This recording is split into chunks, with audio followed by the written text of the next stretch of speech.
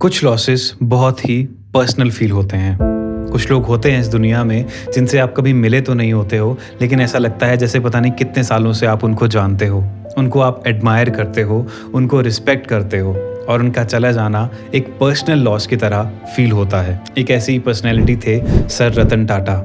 I am sure मेरी तरह बहुत सारे लोग होंगे जिनको सर रतन टाटा का चले जाना एक पर्सनल लॉस की तरह लग रहा होगा। सर रतन टाटा अपने आप में एक इंस्टीट्यूशन थे, बहुत कुछ वो सिखा के हमें गए हैं। इस वीडियो में हम सर रतन टाटा की लाइफ से जुड़े हुए कुछ इंपॉर्टेंट लेसन्स को डिस्कस करेंगे। तो सबसे पहला लेसन है stay humble no matter how high you rise. Sir Ratan Tata के पास अरबों रुपए की वेल्थ थी, लेकिन उन्होंने कभी भी अपनी वेल्थ को शो ऑफ नहीं किया। उन्होंने अपनी लाइफ को बहुत ही सिंप्लिसिटी के साथ जिया। इसी से जुड़ा हुआ एक इंसिडेंट आपके साथ शेयर करता हूँ। टाटा ग्रुप में जब सर रतन टाटा को सबसे पहली मेजर असाइनमेंट दी गई तो वो थी टाटा ग्रुप की एक कंपनी नेल्को। एक बार अपने सीनियर मैनेजर्स के साथ वो मुंबई से नासिक ट्रेवल कर रहे थे तो उनकी गाड़ी का टायर पंचर हो गया। सीनियर मैनेजर्स ने ब्रेक ले ली। सर रतन टाटा चाहते तो वो भी मैनेजर्स की तरह ब्रेक ले सकते थे, लेकिन उन्होंने ड्राइवर की हेल्प करना चूज किया और वो भी ड्राइवर के साथ गाड़ी का टायर चेंज करने में लग गए। सर रतन टाटा को डोमेस्टिक फ्लाइट्स में बहुत बार इकोनॉमी क्लास में ट्रेवल करते हुए देखा गया। उनके साथ काम करने वाले और जानने वाले लोग कहते हैं कि उन्होंने कभी भी अपने आप को दूसरों से सुपीरियर नहीं समझा, इसीलिए वो पब्लिक और अपने एम्प्लॉयज के बीच में रिलेटेबल और रिस्पेक्टेड बन गए। अपनी सक्सेस की पीक पर भी उन्होंने कभी भी एक्सेसिव प्रिविलेजेस नहीं मांगी और सिंप्लिसिटी को चूज किया। दूसरा लेसन है टेक रिस्क एंड इनोवेट। 2008 में ग्लोबल रिसेशन चल रहा था।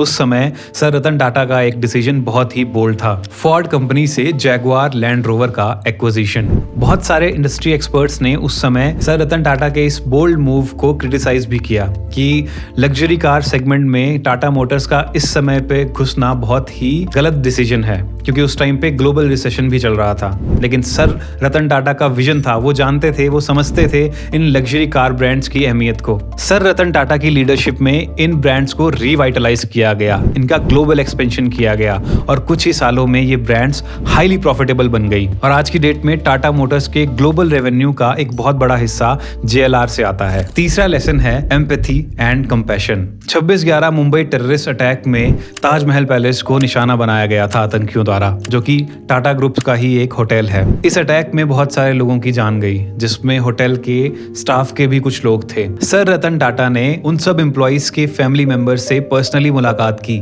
उनको फाइनेंशियल एड दी, उनको मेडिकल सपोर्ट प्रोवाइड करवाई और उनकी काउंसलिंग तक करवाई। उन्होंने अपने एम्प्लॉइज के बच्चों की एजुकेशन तक का अरेंजमेंट किया जिन्होंने इस अटैक में अपनी जान खो दी थी। साथ ही दूसरे इंपैक्टेड लोगों के रिहेबिलिटेशन में भी सर रतन टाटा ने अपनी सपोर्ट दी।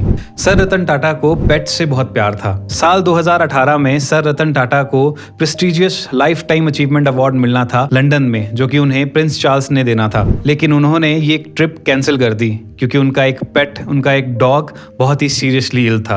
ये इंसिडेंट सर रतन टाटा के कंपैशन का एक बहुत बड़ा एग्जांपल है। अब बात करते हैं फोर्थ लेसन की, focus on long term vision. Sir Ratan Tata की लीडरशिप में टाटा ग्रुप ने स्ट्रेटेजिक एक्विजिशन के साथ इंटरनेशनल एक्सपेंशन किया, जैसे कि कोरस स्टील और टेटलेटी। ये डिसीजंस इमीडिएट प्रॉफिट के लिए नहीं लिए गए थे, बल्कि टाटा ग्रुप के लिए ग्लोबल फुटप्रिंट बनाने के लिए लिए गए थे। कोरस स्टील का एक्विजिशन उस टाइम का सबसे बड़ा एक्विजिशन था किसी भी इंडियन कंपनी के द्वारा, जिसने टाटा स्टील को दुनिया के टॉप स्टील मेकर में पोजीशन कर दिया। सिमिलरली टेटलेटी का एक्विजिशन, जो कि एक वेल नोन ब्रिटिश ब्रांड है, उसने टाटा ग्लोबल बेवरेजेस को इंटरनेशनल टी मार्केट में एक बहुत बड़ा प्लेयर बना दिया। ये दोनों एक्विजिशन लॉन्ग टर्म विजन से ड्रिवन थे ताकि टाटा ग्रुप को एक ग्लोबल ब्रांड बनाया जा सके। ये दोनों ही बहुत रिस्की थे क्योंकि इसके लिए बहुत ज्यादा कैपिटल भी चाहिए था, लेकिन इस मूव ने टाटा ग्रुप के पोर्टफोलियो को डाइवर्सिफाई करने और एक ग्लोबल प्रेजेंस बनाने में मदद करी। अब बात करते हैं पांचवें लेसन की, जो है give back to society. Sir Ratan Tata ने अपनी लेगेसी को बिजनेस के अलावा